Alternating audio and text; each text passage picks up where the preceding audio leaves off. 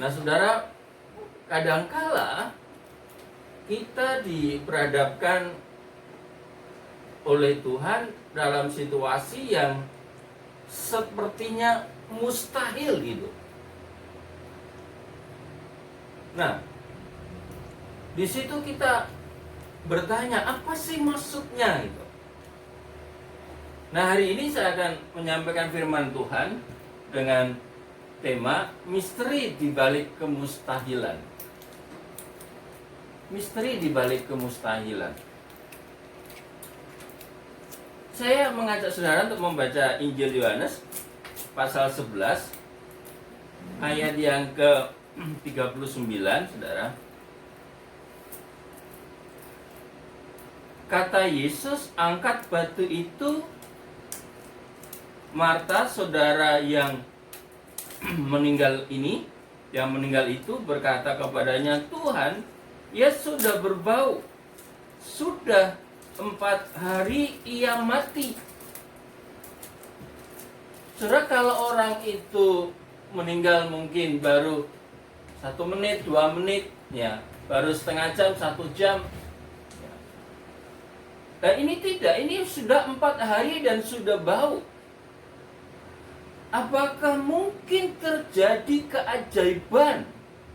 Apakah mungkin Lazarus yang sudah mati 4 hari dan sudah busuk itu bisa hidup kembali, bisa bangkit kembali? Ini satu kemustahilan. Kenapa sih Tuhan izinkan Marta, Maria, Lazarus mengalami sebuah kemustahilan seperti itu? Ada rahasia apa di balik itu? Kenapa kalau Tuhan tidak menolong, tidak saja langsung menolong ketika Lazarus masih sakit itu, belum meninggal, langsung ditolong saja, disembuhkan? Tapi kenapa harus menunggu sampai Lazarus mati, bahkan sudah 4 hari di dalam kubur? Saudara, situasi yang sekarang kita hadapi bersama, bukan hanya seluruh bangsa Indonesia tapi juga seluruh dunia, tentang pandemi COVID-19 ini. Ada rahasia apa sih di balik misteri ini gitu? Saudara, memang diprediksi ya bulan Juni itu sudah mulai landai, berkurang ya. Juli sudah dianggap semua normal, kira-kira begitu kan. Tetapi saudara, data terakhir kemarin ya, yang positif kena COVID untuk Indonesia itu, seluruh Indonesia ada 13.645. Wih, banyak sekali ya. Angkanya cukup besar. 13.645 yang positif. Jawa Timur berapa? Jawa Timur kemarin tercatat ada 1.419. Surabaya? Surabaya itu kemarin tercatat 592. Kurang 8 sudah 600. Maka Surabaya zona merah. Sidoarjo enggak tahu saya. Tapi Sidoarjo juga banyak yang positif corona. Artinya kita seolah pada situasi yang sangat mustahil kita bisa lolos dari virus corona ini, saudara. Lalu apa sih maksud Tuhan di balik itu semua? Kenapa Tuhan tidak segera mengakhiri pandemi virus corona ini? Kenapa harus diizinkan seolah ini berakhir secara alamiah? Di mana kuasa Tuhan? Nah, saudara, hari ini kita akan belajar rahasia di balik kemustahilan itu. Apa yang menjadi grand design, rencana besar, maksud besar dari Allah terhadap persoalan tersebut. Saudara, mari kita lihat dalam Yohanes pasal 11 ini, ayat 1 sampai dengan ayat yang ke-44, saudara.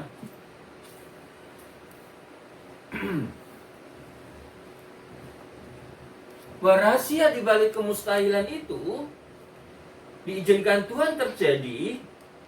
Yang pertama, bahwa Tuhan hendak menyatakan kemuliaannya.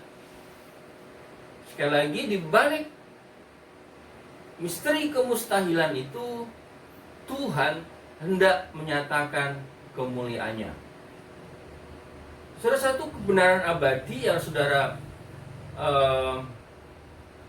pahami, yang harus saudara pegang, bahwa segala sesuatu terjadi, segala sesuatu diciptakan Tuhan, segala sesuatu diizinkan Tuhan terjadi untuk memuliakan Allah. Seluruh ciptaan alam semesta ini, termasuk manusia di dalamnya, bahkan setiap peristiwa yang terjadi yang diizinkan Tuhan, itu menjadi sarana untuk memuliakan Allah. Itu kebenaran abadi harus saudara pegang. Mari kita lihat, kita perhatikan ayat yang pertama sampai dengan ayat yang ke-10, saudara. Tapi saya akan membaca pada ayat yang keempat. Ceritanya ini kita semua sudah tahu ya, bahwa Lazarus sakit lalu kemudian meninggal, gitu kan? Ya. Saya baca mulai ayat yang ke-3 dan 4. Dan Lazarus yang sakit itu adalah saudaranya. Kedua perempuan itu, yaitu Marta dan Maria, mengirim kabar kepada Yesus, "Tuhan, dia yang kau kasih sakit." Ketika Yesus mendengar kabar itu, ia berkata, "Penyakit itu tidak akan membawa kematian, tetapi akan menyatakan kemuliaan Allah.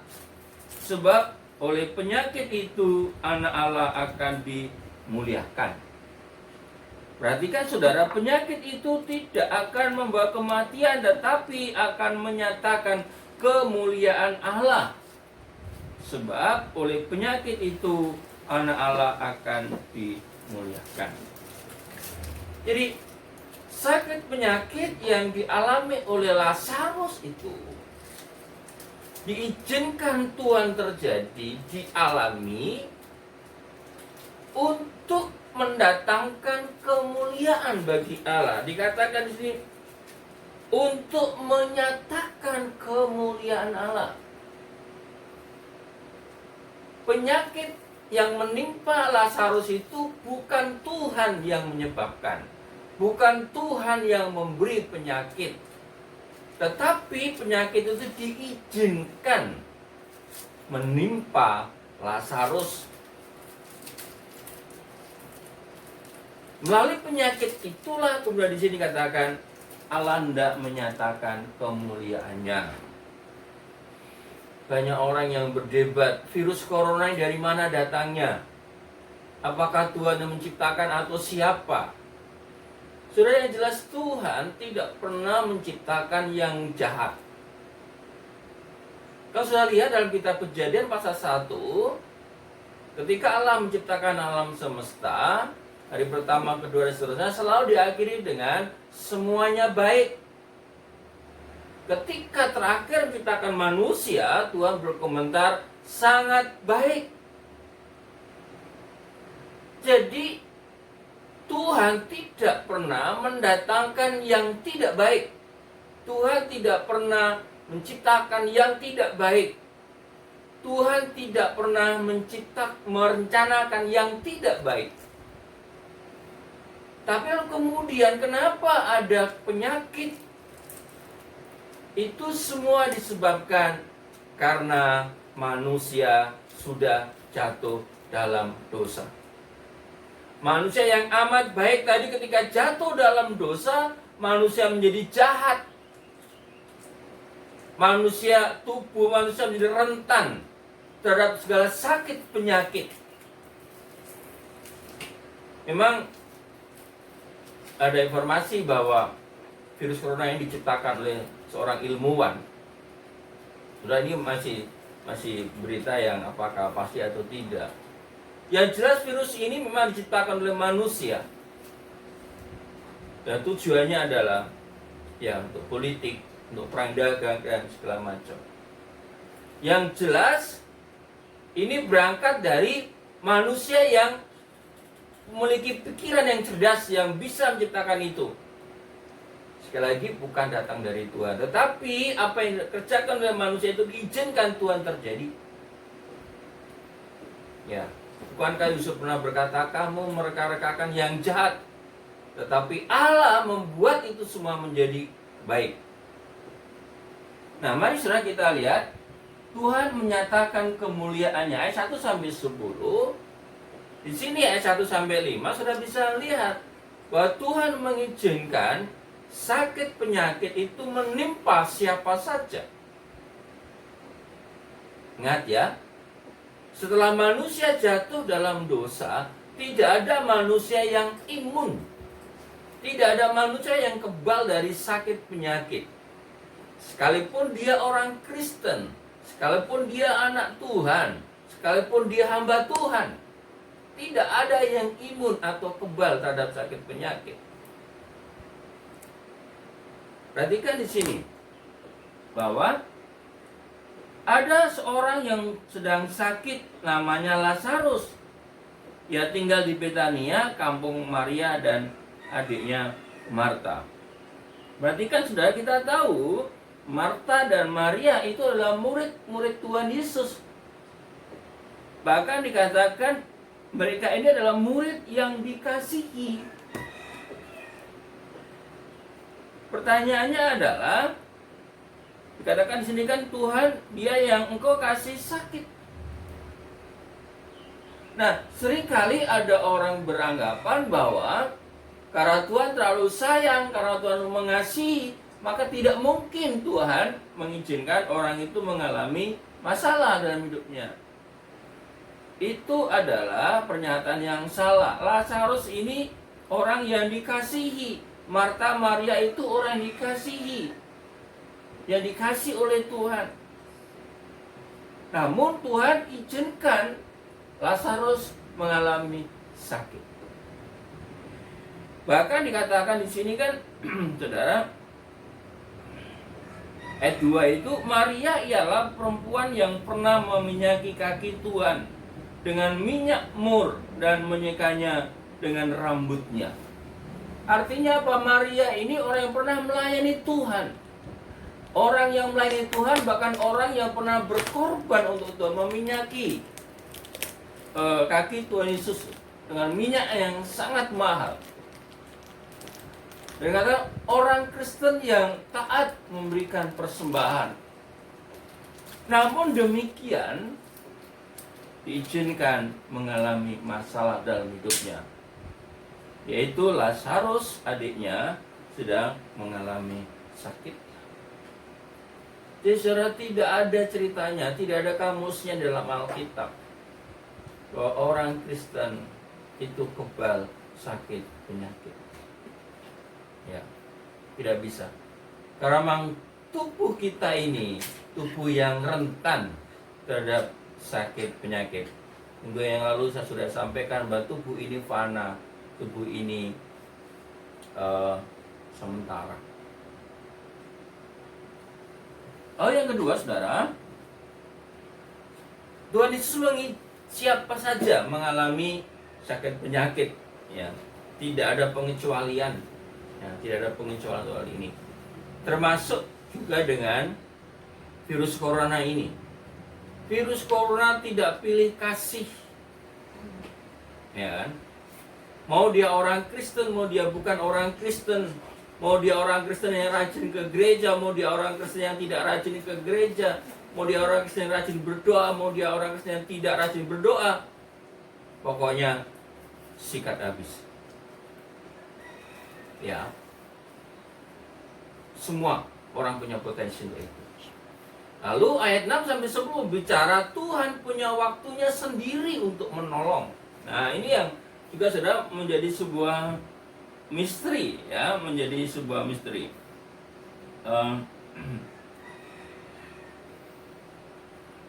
Kita lihat saudara, ayat yang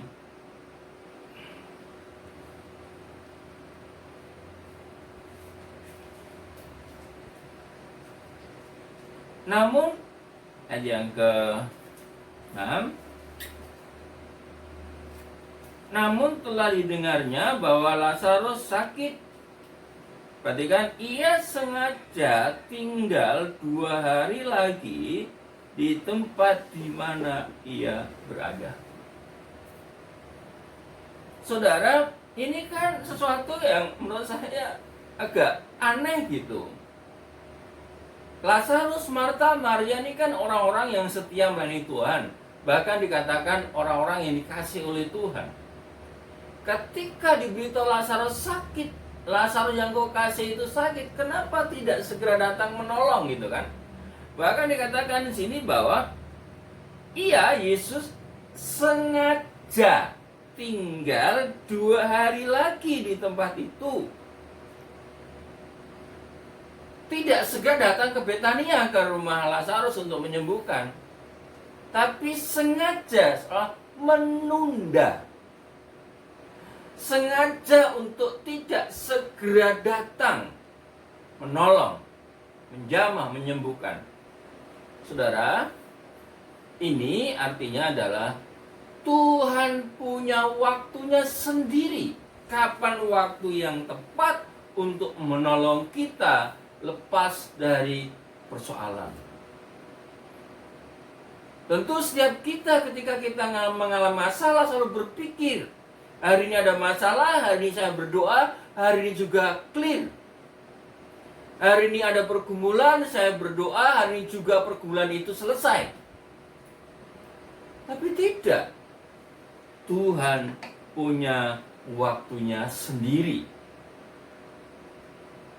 Tadi kan dalam pujian tadi, waktu Tuhan adalah waktu yang terbaik bagi kita. Ini memang sesuatu yang sangat misteri. Mari kita lihat dalam Pengkhotbah pasal yang ketiga, saudara. Pengkhotbah pasal yang ketiga, ayat 11, ya.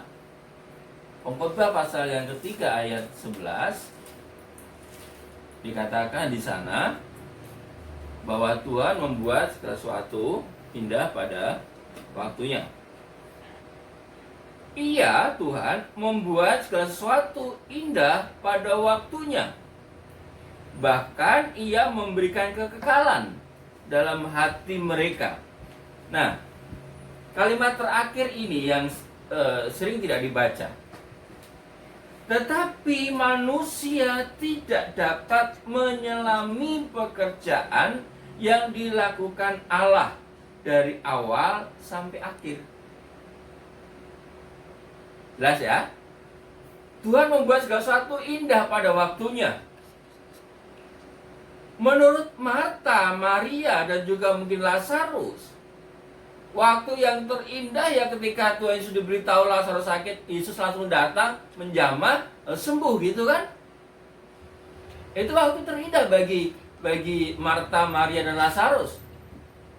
Waktu yang terindah bagi kita ketika kita bergumul, ketika kita ada masalah, hari ini berdoa, ya ini juga kelar gitu kan. Itu yang terindah bagi kita. Tetapi Tuhan tidak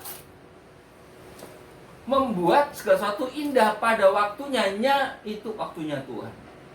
Pada kronosnya Tuhan, pada kairosnya Tuhan. Ya, pada kairosnya Tuhan.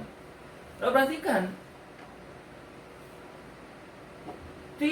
Manusia tidak dapat menyelami pekerjaan yang dilakukan Allah.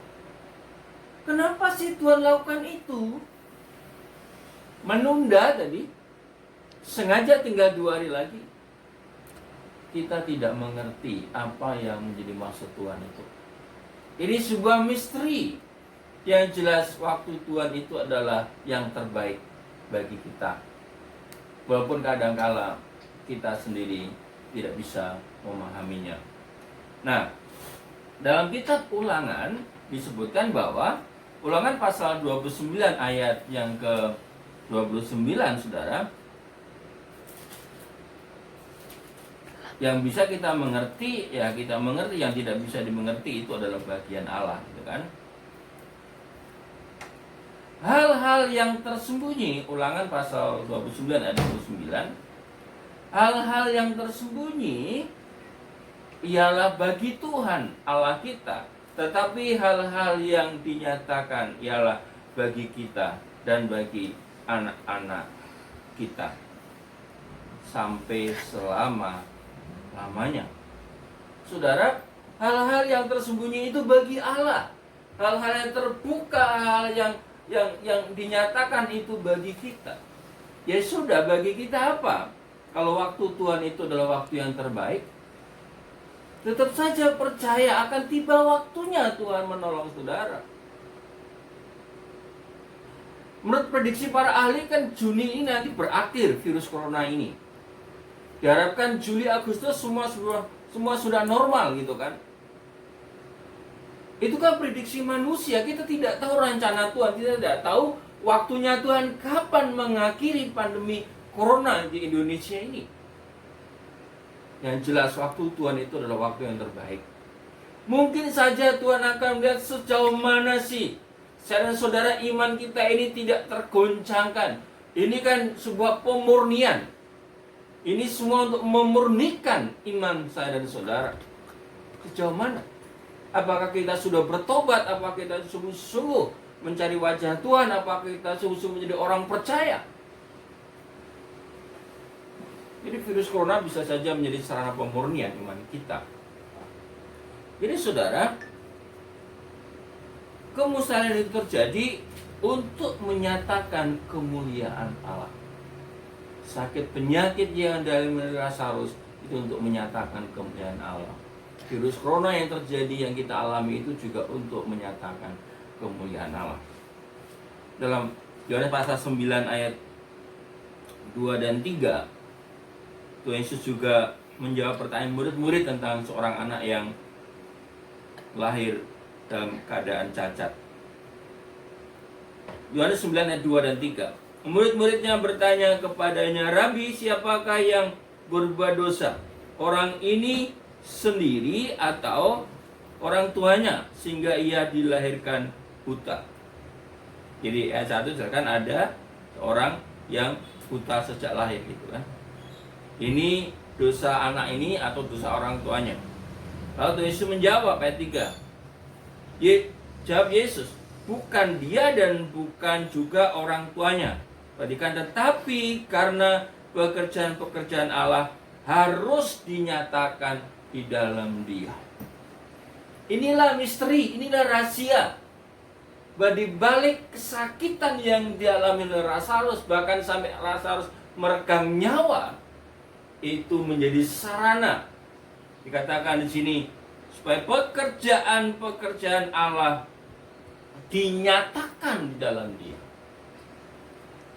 Nah, virus corona ini saudara juga Allah tidak menyatakan pekerjaannya melalui virus corona ini. Nah saudara, memang kan aneh, seharusnya yang memuliakan Tuhan itu kan kita ya. Melalui mulut kita memuji Tuhan.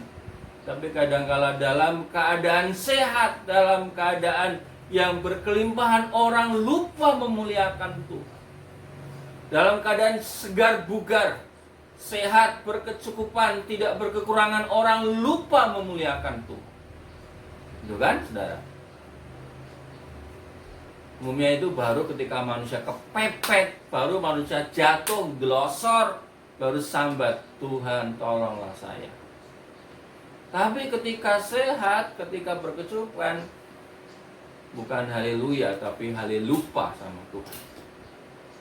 Seharusnya saudara, sepanjang hidup kita ini, apakah kita sehat, apakah kita sakit, apakah kita cukup, apakah kita kekurangan, kita tidak boleh tidak terus memuliakan Allah. Karena memang tujuan Allah menciptakan kita untuk memuliakan Dia. Tujuan kita diselamatkan juga untuk memuliakan Dia. Itu rahasia yang pertama. Di balik kemustahilan itu Allah tidak menyatakan kemuliaannya. Lalu yang kedua saudara, kembali kepada Yohanes 11. Melalui kemustahilan itu Allah tidak menyatakan kehendaknya.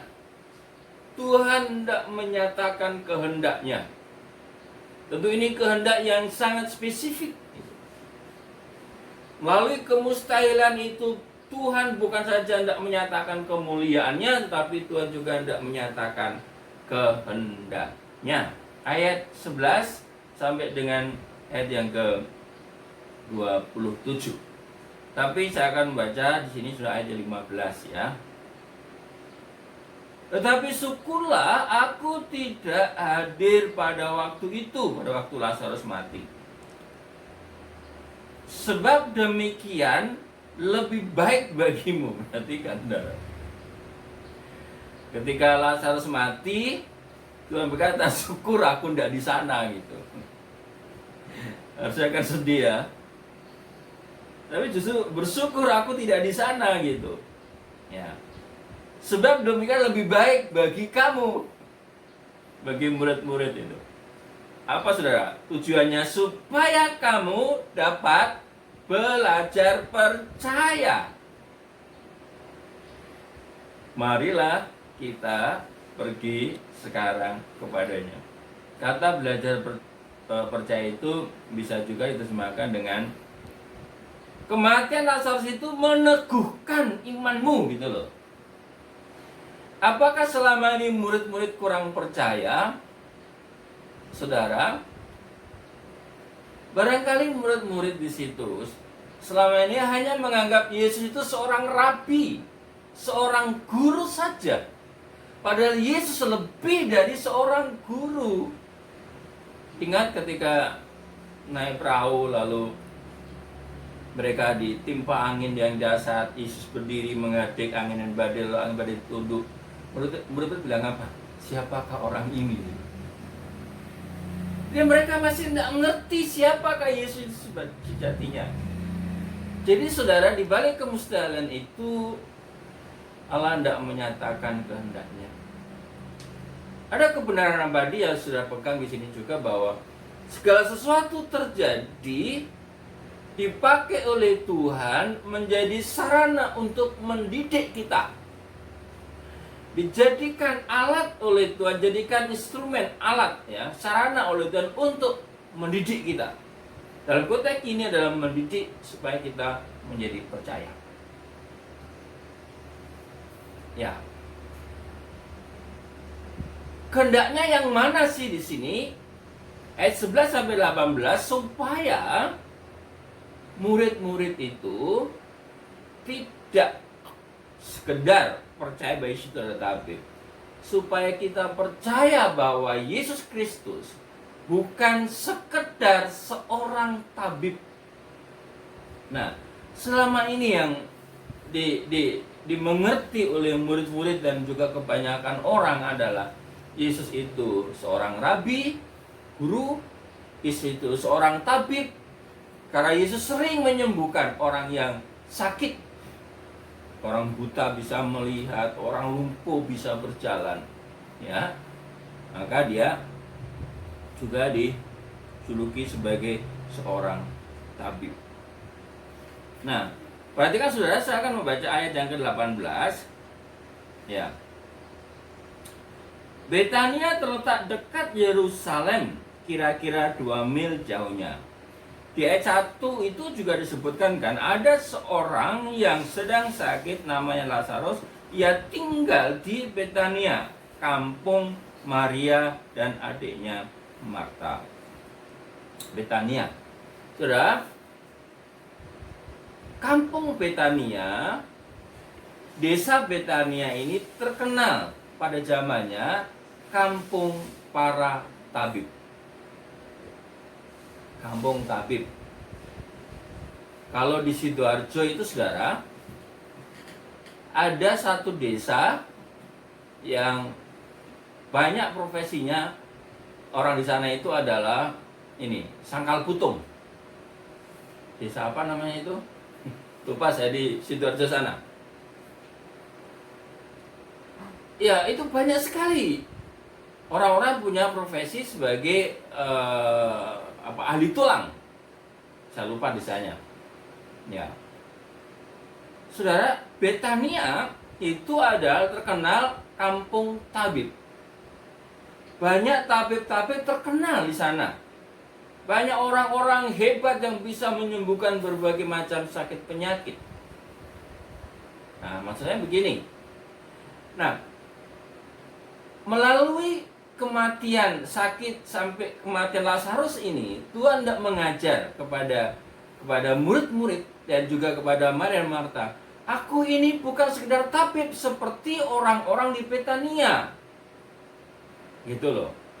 Kalau misalnya waktu itu ketika Yesus diberitahu bahwa Lazarus sakit lalu Yesus pergi menyembuhkan Lazarus, pasti orang anggap iya, berarti dia juga tabib seperti umumnya orang-orang yang ada di Betania. Itu sudah. Jadi melalui ini Tuhan Yesus hendak mengajarkan kepada murid-murid bahwa Yesus bukan sekedar tabib. Saudaraku, kalau saudara menjadi orang Kristen, kalau saudara hanya mengerti bahwa Yesus itu adalah dokter di atas dokter saja, tabib di atas tabib saja, itu belum cukup. Kalau saudara hanya percaya bahwa Yesus itu adalah sumber berkat saja, itu belum cukup. Kenapa? Karena kesembuhan bisa datang dari mana saja, tidak dari Tuhan. Ya kan? Berkat tidak hanya datang dari Tuhan saja, artinya rezeki tidak hanya datang dari Tuhan. Setan juga bisa memberikan rezeki, setan juga bisa memberikan kesembuhan. Makanya kalau saudara mengikut Yesus, percaya saja, saudara tahu bahwa Yesus itu adalah sumber rezeki, Yesus adalah sumber kesembuhan, hanya ya, maka itu belum cukup. Maka yang kedua, melalui kemustahilan itu Tuhan tidak menyatakan kehendaknya supaya kita percaya bahwa Yesus itu adalah Mesias. Ini yang terpenting, saudara. Apa sih artinya Mesias? Mesias itu artinya juru selamat. Dan yang namanya juru selamat itu hanya satu. Yang namanya juru selamat itu tunggal.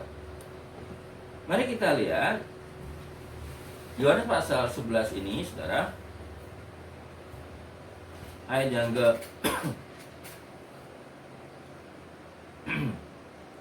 25 sampai dengan ayat yang ke 27. Jawab Yesus, akulah kebangkitan dan hidup. Barang siapa percaya kepadaku, ia akan hidup walaupun ia sudah mati. Dan setiap orang yang hidup dan yang percaya kepadaku tidak akan mati selama-lamanya. Percayakah engkau akan hal itu? Jawab Maria. Jawab Marta, iya Tuhan, aku percaya bahwa engkaulah Mesias, Anak Allah, Dia yang akan datang ke dalam dunia. Saudara, melalui kemustahilan itu, Allah hendak menyatakan kehendaknya bahwa supaya kita percaya Yesus itu melampaui dari tabib, melampaui dari manusia. Yesus itu adalah Mesias. Akulah kebangkitan dan hidup. Akulah Mesias. Ini saudara yang hendak Tuhan inginkan, yang kehendak Tuhan yang dinyatakan di dalam kemustahilan itu. Saudaraku yang dikasihi Tuhan, di Tuhan Yesus juga pernah kan bertanya kepada murid-muridnya, menurut kamu, menurut banyak orang, siapakah aku ini, gitu kan? Lalu murid-murid menjawab, ada yang mengatakan, engkau ini Yohanes, engkau ini Elia, engkau ini Yeremia atau nabi-nabi lain yang akan datang, gitu kan? Saudara, lalu Yesus bertanya kepada murid-muridnya, menurut kamu siapa aku, gitu. Lalu Petrus menjawab, engkau adalah Mesias, Anak Allah. Engkau adalah Mesias, akan Allah. Nah, saudara yang kasih Tuhan, tidak cukup kalau saudara menjadi orang Kristen, mengenal Yesus itu hanya sekedar dia itu tabib, ya, hanya sekedar dia itu sumber berkat. Memang dia sumber berkat, memang dia tabib di atas segala tabib, tapi dia lebih daripada itu. Dia adalah juru selamat, dialah kebangkitan dan kehidupan. Maka barang siapa yang percaya kepadanya, walaupun mati nanti akan dibangkitkan, atau diberi kehidupan yang kekal di surga yang abadi. Harus sampai di situ.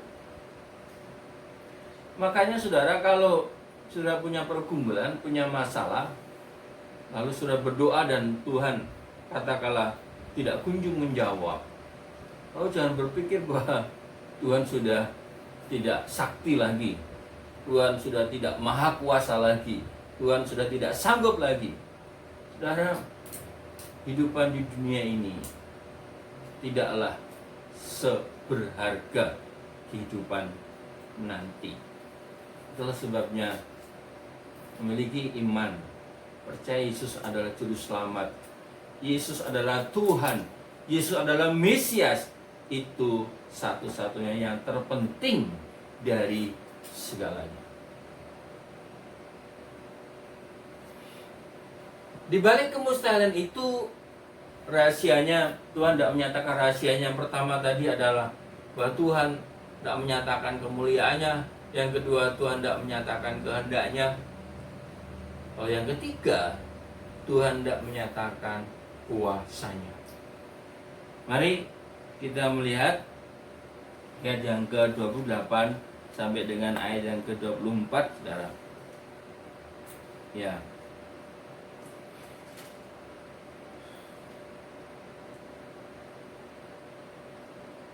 Saya akan baca ayat yang di permulaan tadi saya baca. Kata Yesus ayat 39, angkat batu itu.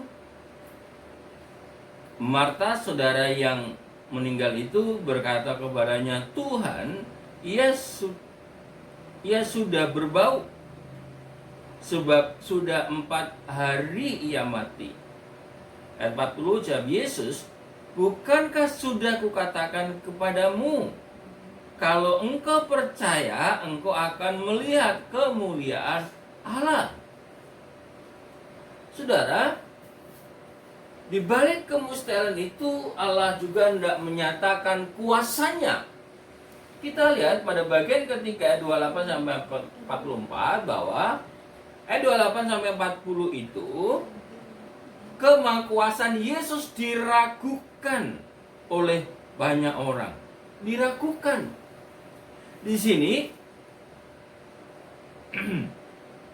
orang-orang Yahudi ayat 37, tetapi beberapa orang di antaranya berkata, ia memelekkan mata orang buta. Tidak sanggupkah ia bertindak sehingga orang ini tidak mati? Jadi orang-orang ini, apa mungkin dia hanya bisa memelekkan orang yang buta saja? Apalagi itu sudah mati, apakah mungkin bisa gitu? Termasuk Marta tadi, Tuhan sudah berbau karena sudah 4 hari. Orang-orang ini termasuk Marta meragukan akan kemahakuasaan Tuhan. Yesus itu hanya dianggap sebagai tabib saja. Ya. Kalau dia orang buta dia bisa, orang lumpuh bisa, tapi orang mati mana bisa, kira begitu. Padahal Yesus sudah pernah menghidupkan orang yang mati sebelum Lazarus ini. Misalnya dalam Matius pasal 9 ayat 18 sampai 26. Ada anak Yairus yang mati dihidupkan kembali oleh Tuhan. Lalu ada anak janda Nain juga mati dan dihidupkan oleh Tuhan dalam Lukas pasal 7 ayat 11 sampai 16. Tapi seolah pada waktu peristiwa Lazarus ini orang lupa karena itu. Apalagi memang Lazarus sudah 4 hari. Wah, ini kan sudah 4 hari, mana mungkin? Ya kalau masih 2 jam, 3 jam ketika anak itu mati lalu orang tuanya mencari Yesus, ya, belum genap sehari lalu anak itu hidup, ya wajar. Ini sudah 4 hari, mana mungkin gitu. Impossible, ini mustahil. Sudah kadang-kala memang dalam situasi yang sulit, terjepit seperti itu, kadang-kala kita juga meragukan akan kemahakuasaan Tuhan. Apakah Tuhan bisa? Kalau kemudian kita memutar otak kita, lalu bagaimana sih caranya? Meninggalkan Tuhan. Sudahlah, Tuhan mungkin sudah tidak sanggup lagi. Tuhan sudah impoten.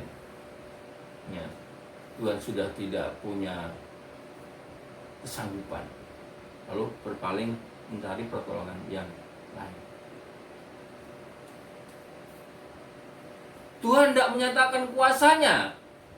Ayat 41 sampai 44. Kemahakuasaan Yesus didemonstrasikan di situ.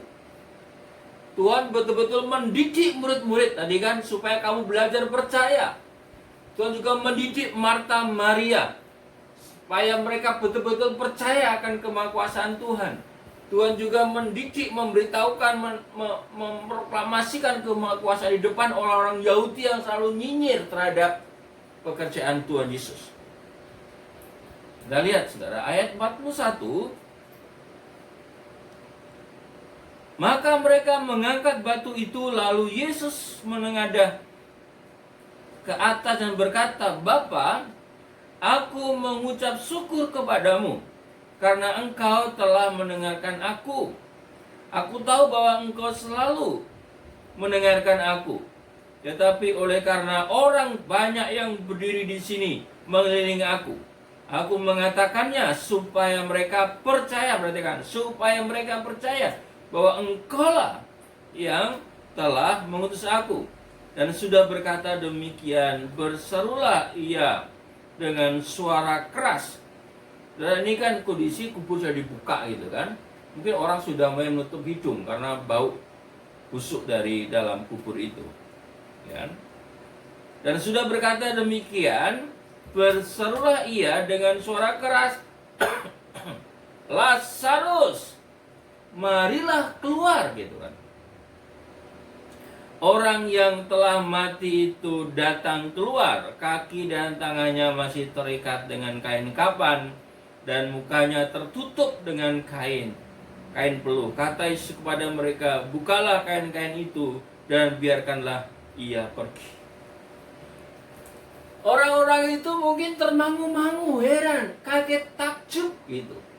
Orang Jawa bilang domblong. Loh kok iso Jojo itu hantunya Lazarus gitu, pocongnya Lazarus kalau orang Jawa. Lalu untuk meyakinkan itu, Tuhan kata, bukalah. Kalau orang-orang itu mungkin dengan agak ragu, dengan juga takut, ya, membuka kain kapan Lazarus. Saudaraku yang dikasih Tuhan, inilah puncak dari rahasia di balik kemustahilan itu, bahwa Tuhan hendak menyatakan kuasanya. Saudaraku, Lazarus yang sudah busuk itu, Lazarus yang sudah 4 hari meninggal itu, bisa dihidupkan kembali oleh Tuhan. Kenapa? Karena memang dalam Matius pasal yang ke-28 ayat 18, Yesus berkata kepada murid-muridnya, aku telah diberikan kuasa di surga dan di bumi. Aku telah diberi segala kuasa telah diberikan kepada aku, kata Tuhan, di bumi dan di surga dan di bumi. Yesus yang berdaulat atas segala sesuatu. Yesus sanggup mengatasi hal yang sulit, sesulit apapun, yang semustahil apapun. Yesus sanggup. Buktinya ini, sudah busuk 4 hari meninggal, Tuhan bisa hidupkan kembali. Karena Yesus memiliki kuasa di bumi dan di surga. Ia adalah Allah yang, kalau sudah ya dalam Ayub pasal yang ke-12 ayat 10 itu, kita lihat ayat Ayub, ya sudah, ayat yang terakhir Ayub pasal yang ke-12.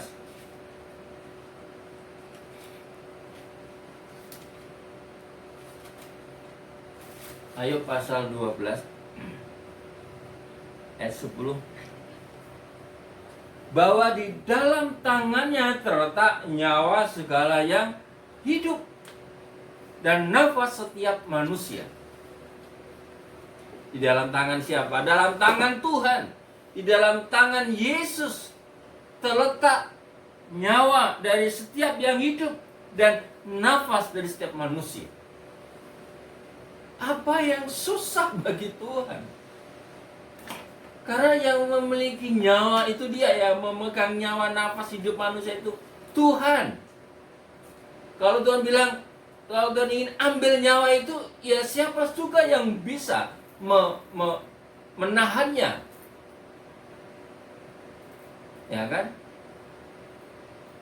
Banyak orang yang kadang-kadang heran kan, orang ini kemarin itu masih sehat, seger, ya kan, waras wiris itu kan. Lu kok tiba-tiba berita dia meninggal? Tidur lalu tidur selamanya gitu. Ya kalau Tuhan yang sudah mengambilnya, siapa yang bisa menahan? Ada orang yang kaya raya, ya, kena COVID lalu meninggal. Harta bendanya tidak bisa menahan, kekayaan tidak bisa menahan nyawanya kalau Tuhan sudah menghendaki. Begitu juga kalau Tuhan menghendaki, kembali nyawa itu ya kembali. Seperti yang dialami Lazarus, walaupun sudah 4 hari sudah busuk. Nah itu juga nanti yang akan terjadi pada kebangkitan orang-orang percaya. Ketika tubuh kita ini semua sudah hancur jadi debu, Tuhan berjanji akan dibangkitkan lalu diberi tubuh kemuliaan. Mana bisa? Sudah apa yang tidak bisa dilakukan oleh Allah? Bagi Allah terlalu mudah. Tubuh kita yang sudah hancur ini dibangkitkan kembali, lalu diberi tubuh kemuliaan. Bagi Tuhan tidak ada perkara yang sulit, karena Dia itu Maha Kuasa. Jadi saudara, belajarlah sabar, tunggu waktu Tuhan, dan jangan pernah terguncang imanmu. Kemahakuasaan Tuhan tidak pernah pudar. Dan segala sesuatu diizinkan Tuhan terjadi untuk menyatakan kedaulatannya. Allah berdaulat atas langit dan bumi. Allah berdaulat atas seluruh ciptaannya. Allah berdaulat atas seluruh umat manusia. Dan segala sesuatu diizinkan Tuhan terjadi untuk menyatakan kedaulatannya. Itulah sebabnya sikap yang paling baik adalah dalam menghadapi segala sesuatu, kita merendahkan diri kepada Tuhan, merendahkan diri di bawah kaki Tuhan, dan menanti waktunya Tuhan. Tuhan Yesus memberkati Bapak Ibu Saudara semua, dan percayalah Tuhan akan membuat segala sesuatu indah pada waktunya. Amin.